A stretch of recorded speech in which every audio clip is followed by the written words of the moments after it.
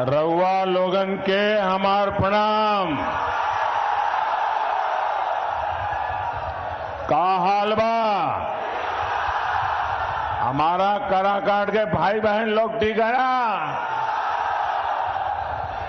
24 के चुनाव के 6 चरण आज पूरे हो जाएंगे और 4 जून को क्या होगा? 4 जून को क्या होगा? 4 जून को क्या होगा? फिर एक बार, फिर एक बार, फिर एक बार। और इसलिए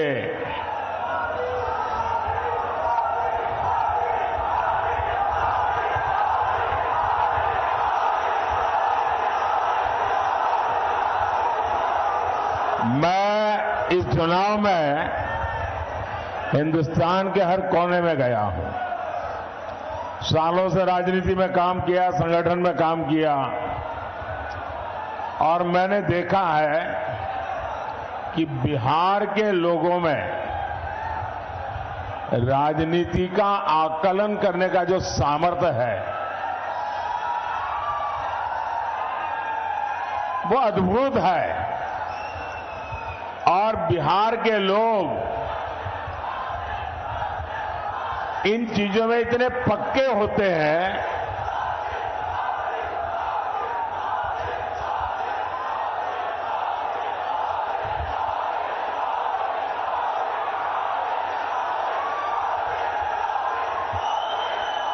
बिहार के लोग इतने पक्के हिसाब किताब के लोग होते हैं कि वे कभी भी वो वोट डालने से पहले 50 बार सोचते हैं कि मेरा वोट बेकार तो नहीं जाएगा ना। ये समझ बहुत कम लोगों को होती है जो बिहार को है। और इसलिए बिहार के लोग जब वोट करने जाते हैं तो पहले पक्का देखते हैं, भाई वोट तो डालूंगा लेकिन मेरा वोट बेकार नहीं जाना चाहिए। वो सोचता है जिसकी सरकार बनना पक्का है वोट तो उसी को डालूंगा। है कि नहीं बिहार का ऐसा? बिहार निर्णायक होता है और इसलिए मुझे पक्का भरोसा है कि बिहार के लोग इस बार वोट डाल करके प्रधानमंत्री भी पक्का कर लेंगे। साथियों, 4 जून की शाम होते होते बिहार में एक और काम होगा। बताऊं क्या होगा? ये अखबार वाले लिखेंगे कि मोदी भविष्यवाणी कर रहा है। मैं भविष्यवाणी नहीं कर रहा हूं, लेकिन मैं आपको बताता हूं। 4 जून शाम होते होते आरजेडी वाले कहेंगे कि कांग्रेस ने लुटिया डुबो दी।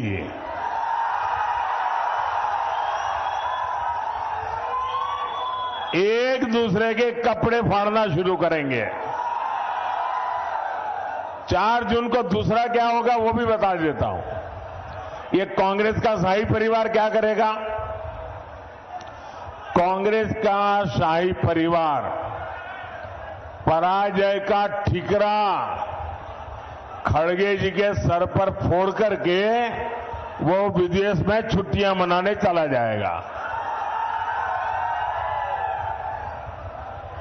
और बेचारे खड़गे जी कार्यकर्ताओं का गुस्सा सहते सहते थक जाएंगे।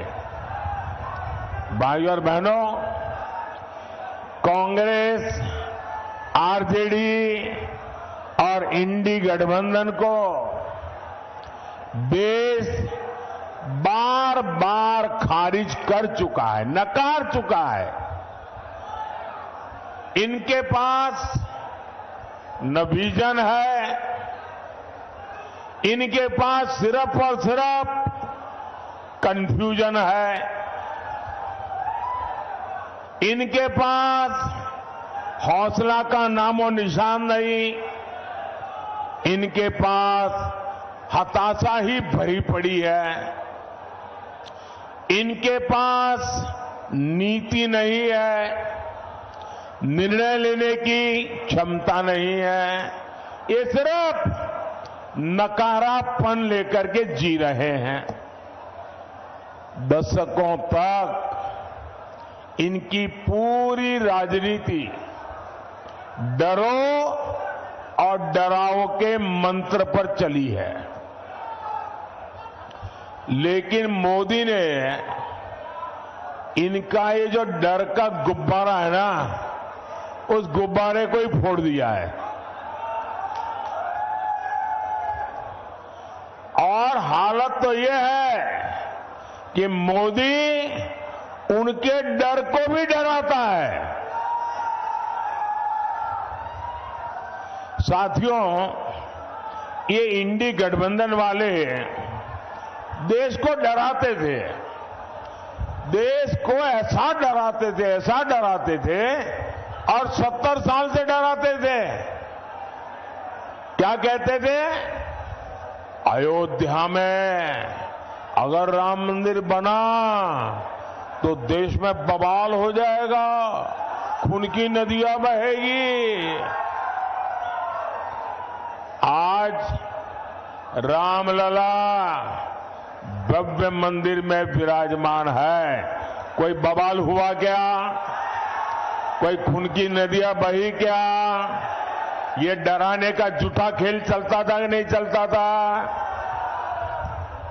ये लोग डराते थे, 70 साल से डराते थे। ये कहते थे कि जम्मू कश्मीर से 370 अगर हटा तो ये पाकिस्तान में चले जाएंगे, अगर 370 हटा तो आग लग जाएगी, अगर 370 हटा तो देश में बम धमाके होंगे। भांति भांति की धमकियां और डर पैदा करना। मोदी इनकी न धमकियों से डरा है न कभी रुका है। धारा 370 हटा के नहीं हटा, धारा 370 की दीवार गई कि नहीं गई?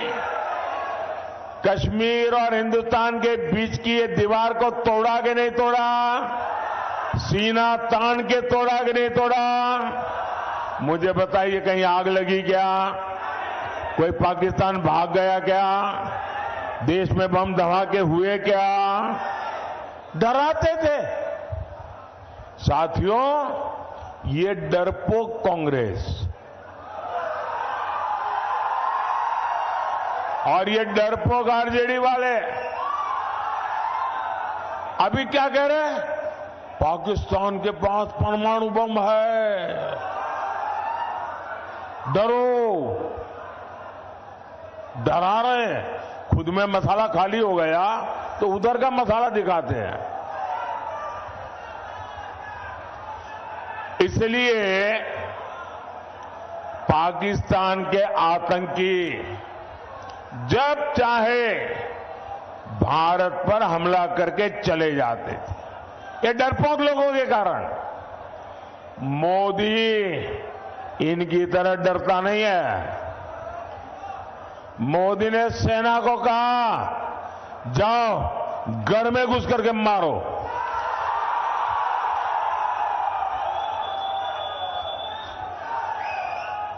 आज पाकिस्तान कुछ करने से पहले 100 बार सोचता है। इसी कांग्रेस के राज में, आरजेडी के राज में ये नक्सलियों ने सबको डरा करके रखा था। मोदी डरता नहीं। आज नक्सलियों की सफाई पुरजोश चल रही है। साथियों, यही इंडी वाले एक और धमकी देते थे। ये कहते थे कि बड़े भ्रष्टाचारियों पर हाथ डालो तो मोदी की कुर्सी हिला देंगे। मोदी डरता नहीं है। जिसने चोरी की है, जिसने गरीब को लूटा है, और कितना ही बड़ा शहंशाह क्यों ना हो, कितना ही बड़ा शहजादा क्यों ना हो, कितना ही बड़ा अपने आप को तीसमार का क्यों ना मानता हो, उसको जेल जाना पड़ेगा, जेल में जीना पड़ेगा। और रोज जेल की रोटी चबा करके ही उसकी जिंदगी पूरी होने वाली है।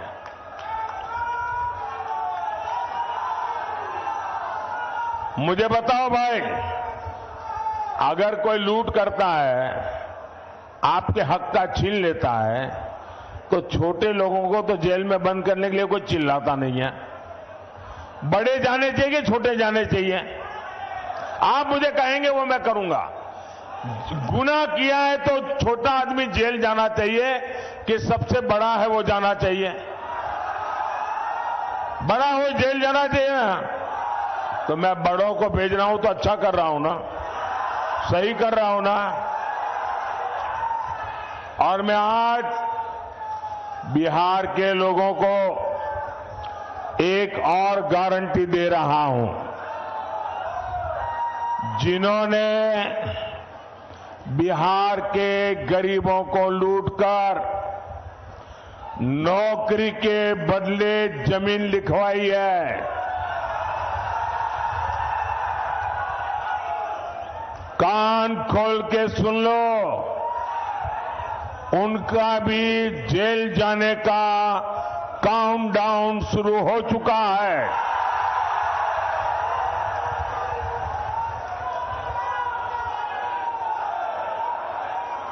ये जैसे ही ये हेलीकॉप्टर में चक्कर मारने का समय उनका पूरा होगा, जेल का रास्ता तय हो जाएगा। बिहार को लूटने वालों को एनडीए सरकार छोड़ेगी नहीं। और ये एनडीए की गारंटी है, मोदी की भी गारंटी है। भाइयों और बहनों, ये इंडी गठबंधन वाले अपने राजनीतिक स्वार्थ के लिए कुछ भी कर सकते हैं। ये लोग बिहार और बिहारियों के अपमान के खिलाफ आवाज तक उठाते नहीं है। कांग्रेस के पंजाब के नेता ने बिहार से वहां काम करने गए, वहां मेहनत करके ईमानदारी से जीवन जीने वाले हमारे बिहारी मजदूर भाई बहनों का घोर अपमान किया, भद्दे शब्दों में अपमान किया। कहा अब हम उन्हें बिहारियों को पंजाब में घर नहीं देने देंगे, घुसने नहीं देंगे। कांग्रेस के मिनिस्टर ने कहा है, कांग्रेस के शाही परिवार ने इसके विषय में मुंह पे ताला लगा दिया है। क्या कभी कांग्रेस के शाही परिवार ने बिहारियों के इतने बड़े अपमान के लिए बिहार से माफी मांगी क्या? बिहारियों से माफी मांगी क्या? और ये इनको लालटेन लेकर के मुजरा करने वाली जो जमात है, वे भी बिहारियों का अपमान हो रहा है और कांग्रेस के चरण चूम रहे हैं। कांग्रेस के खिलाफ एक शब्द बोलने को तैयार नहीं है, कांग्रेस का जवाब मांगने को तैयार नहीं है। आरजेडी में हिम्मत नहीं कि बिहारियों के अपमान पर वो कांग्रेस को एक शब्द भी बोल पाए।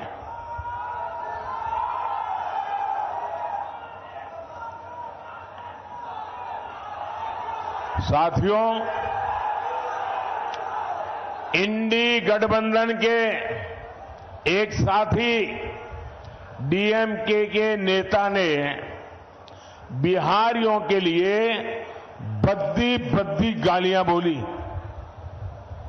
तेलंगाना में कांग्रेस के मुख्यमंत्री ने बिहारियों को भला बुरा कहा।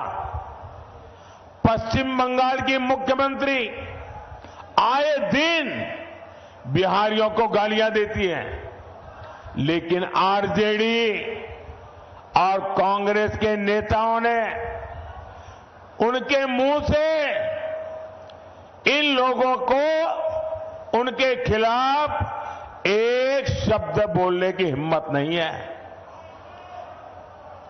इन लोगों को आपके स्वाभिमान की चिंता नहीं है, इनको बिहार के गौरव की चिंता नहीं है, इनको बिहार के होनहार नौजवानों के प्रतिष्ठा की चिंता नहीं है। इनको सिर्फ और सिर्फ अपने वोट बैंक की चिंता है। उनको सिर्फ आपके वोट छीनना है, उसके लिए भांति भांति की भाषा का उपयोग करते हैं।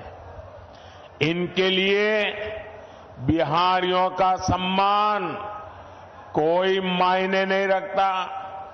साथियों, मैं हमारे जो फर्स्ट टाइम वोटर है, जो पहली बार वोट करने के लिए जाने वाले हैं, उनको जरा जंगल राज पार्ट 2 से सावधान करना चाहता हूं। ये जो फर्स्ट टाइम वोटर है ना, उनका जन्म होने के बाद उनको जंगल राज कितना भयंकर था वो देखने का अवसर नहीं मिला, क्योंकि यहां एनडीए वाले काम करना शुरू किए। लेकिन जो जंगल राज वालों ने था, जो मुसीबतें खड़ी कर दी थी, ये जरा फर्स्ट टाइम वोटरों को पता होना चाहिए। वो समय था शाम होने के बाद बाहर निकलना मुश्किल था। बाहर से कोई रात में ट्रेन से उतरता था तो स्टेशन से बाहर नहीं निकलता था, रात भर स्टेशन पे पड़ा रहता था। सुबह उजाला होने के बाद फिर अपने गांव की तरफ निकलता था। अपहरण, डकैती, हत्या, ये बिहार का दुर्भाग्य बन गया था। नीतीश जी के नेतृत्व में एनडीए सरकार बिहार को जंगल राज से बाहर लेकर आई है। वो गुंडे, वो डकैत, वो लुटेरे अभी छिपे हुए हैं, चुप होकर के बैठे हुए हैं, मौके की तलाश में है। अगर गलती से भी ये इंडी वाले जरा भी मजबूत होते दिखेंगे भी, तो फिर उनका दाना पानी मिलेगा और ये मिलकर के फिर से आपका भविष्य तबाह कर देंगे। नौजवानों, आपकी जिंदगी तबाह कर देंगे और फिर कभी भी आप उभर करके बाहर नहीं आ पाएंगे। भाइयों और बहनों, ये हमारा बिहार सामाजिक न्याय की प्रणेता भूमि है और मुझे गर्व है कि अगर किसी ने सामाजिक न्याय की रक्षा की है तो वो बीजेपी और एनडीए ने की है। बीते 10 साल में देश ने एनडीए को 2 बार प्रचंड जनादेश दिया। हमने पहली टर्म में एक दलित के बेटे को, जो कभी बिहार के गवर्नर हुआ करते थे, उनको देश का राष्ट्रपति बनाया, दलित को देश का राष्ट्रपति बनाया। जब हमें 2019 में दूसरी बार अवसर मिला तो हमारे देश की एक आदिवासी बेटी को देश का राष्ट्रपति बनाया। देश के सर्वोच्च संवैधानिक पद पर सुशोभित किया। राष्ट्रपति पद का गौरवपूर्ण काम उन्होंने शुरू किया। हमने पिछड़ा आयोग को संवैधानिक दर्जा दिया। कांग्रेस ने तीन दशक तक पिछड़ों की इस मांग को ठुकराया था, लेकिन मैं आप ही के बीच पैदा हुआ हूं। अति पिछड़ों को कैसी जिंदगी जीनी पड़ी है ना, वो मैंने भोगी है, और इसलिए मैंने आते ही आयोग बना दिया। पहले केंद्रीय विद्यालय, नवोदय विद्यालय और सैनिक स्कूलों में ओबीसी आरक्षण नहीं था।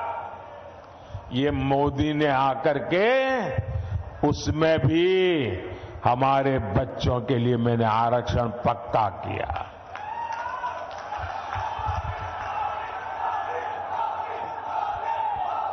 मेडिकल की पढ़ाई में भी केंद्रीय कोटे में पहली बार ओबीसी आरक्षण हमने लागू किया। ये हमारा ट्रैक रिकॉर्ड है। साथियों, इसकी विपरीत आज इंडी गठबंधन वाले एससी, एसटी, ओबीसी, अति पिछड़े, उनका सबका आरक्षण छीन किए की एक बहुत बड़ी साजिश रच रहे हैं। मैं देश को अवगत कराना चाहता हूं, ये मेरा कर्तव्य बनता है कि देश को मैं जानकारी दूं। इंडी गठबंधन ने हजारों शैक्षणिक संस्थानों में एससी, एसटी, ओबीसी, अति पिछड़ा को मिलने वाला आरक्षण बंद कर दिया, और वो सारा का सारा अब मुसलमानों के लिए रिजर्व कर दिया है। ये जो किया है वो मैं बताता हूं। एक ही झटके में दलितों, पिछड़ों, अति पिछड़ों, उनका आरक्षण खत्म कर दिया। इन्होंने संविधान को ताक पर रखकर मुस्लिम जातियों को रातों रात ओबीसी बना दिया, ओबीसी के हक का आरक्षण दे दिया। अभी आपने 2 दिन पहले कलकत्ता हाईकोर्ट का जजमेंट देखा होगा। कलकत्ता हाईकोर्ट ने ऐसी डांट लगाई है क्योंकि वहां 77 मुस्लिम जातियों को रातों रात ओबीसी बनाकर ओबीसी का हक उनको दे दिया था। भाइयों बहनों, हाईकोर्ट ने ऐसी थप्पड़ मारी है, उनको ठिकाने लगा दिया है। ये ऐसे आपके साथ धोखाबाजी करने वाले लोग हैं। ये संविधान की पीठ पे छुरा भोंकने वाले लोग हैं। लेकिन इनसे भी इनकी साजिशें कम नहीं हो रही है। साथियों, इंडी वाले चाहते हैं कि बार बार मुस्लिम आरक्षण का ये मामला कोर्ट में न फंसे, कोर्ट हर बार रिजेक्ट न करे। तब उपाय क्या? तो इंडी गठबंधन वालों ने पक्का कर लिया है कि अगर वो दिल्ली पहुंचेंगे तो पहला काम ये संविधान को बदल देंगे। संविधान को बदल करके एससी, एसटी, ओबीसी का आरक्षण वो मुसलमानों को देने का संविधान में बदलाव करेंगे ताकि कोर्ट उनको परेशान न करे। ये खेल खेल रहे हैं। भाइयों बहनों, मैंने ठीक 1 महीने पहले इंडी वालों को चैलेंज किया था। देश के हर राज्य में जाकर के बोला हूं। मैंने उनको इतना ही कहा कि भाई अगर आप चुनाव में आए हो, जनता जनार्दन इस देश के मालिक है। जनता जनार्दन को लिख करके दो कि हम सत्ता में आएंगे तो हम संविधान में परिवर्तन नहीं करेंगे, हम सत्ता में आएंगे तो एससी, एसटी, ओबीसी का आरक्षण छीन नहीं लेंगे, हम सत्ता में आएंगे तो धर्म के आधार पर आरक्षण नहीं करेंगे, हम मुसलमानों को यहां से छीनकर उनको नहीं देंगे। लिख करके दो ना, मैंने कहा 1 महीना हुआ, 1 महीना लिखने की बात छोड़ो, बोलने की हिम्मत नहीं है उनकी। इसका मतलब पेट में पाप है।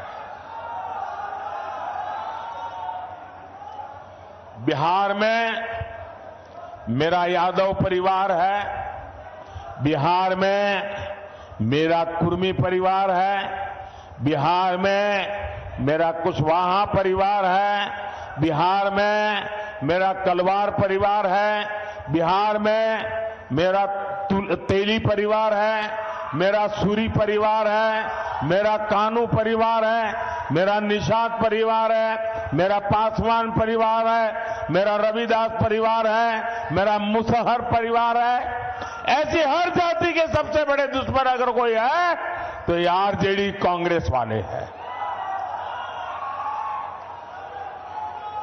ये मुखौटा सामाजिक न्याय का लगाते हैं, लेकिन तुष्टीकरण करते हैं, वोट बैंक की राजनीति के गुलाम हो चुके हैं और वोट बैंक वाले जैसे नचाए ये नाचते रहते हैं। और 24 के इस चुनाव में मोदी ने उनको बेनकाब कर दिया है, उनका मुखौटा मैंने नीचे उतार दिया है। साथियों, मोदी इनकी साजिशों का भी पर्दाफाश करेगा और विकास के लिए भी उतनी ही मेहनत करेगा। आने वाले 5 साल बिहार के विकास के लिए अभूतपूर्व रहने वाले हैं।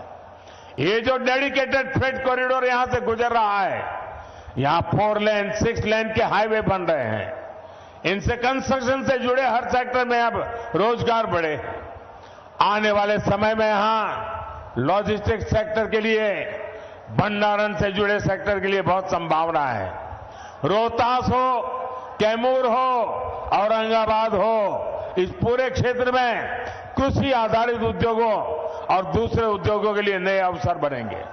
साथियों, ये क्षेत्र तो धान का कटोरा है, यहां आलू जैसी सब्जियां पैदा होती है। मोदी सरकार अनाज भंडारण में भी सहकारिता को बढ़ावा दे रही है। इसके तहत दुनिया की सबसे बड़ी भंडारण योजना पर काम शुरू हो चुका है। आने वाले 5 साल में सब्जियों के लिए कोल्ड स्टोरेज क्लस्टर भी हम बनाने जा रहे हैं। साथियों, यहां इतनी बड़ी संख्या में मेरी माताएं बहनें आई हुई हैं। उनका जीवन आसान बनाना गरीब के इस बेटे का संकल्प है। इसलिए मोदी ने मुफ्त अनाज और मुफ्त इलाज एक गारंटी दी है। अब तो मोदी माताओं बहनों को और भी गारंटी दे रहा है। पहली गारंटी, आने वाले सालों में 3 करोड़ बहनों को हम लखपति दीदी बनाएंगे।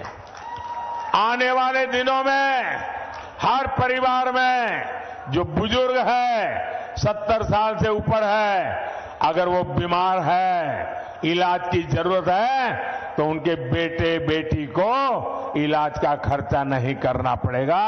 ये दिल्ली में आपका बेटा इसका खर्चा करेगा। और एक काम मैं आपके लिए करना चाहता हूं, मैं आपका बिजली का बिल 0 करना चाहता हूं।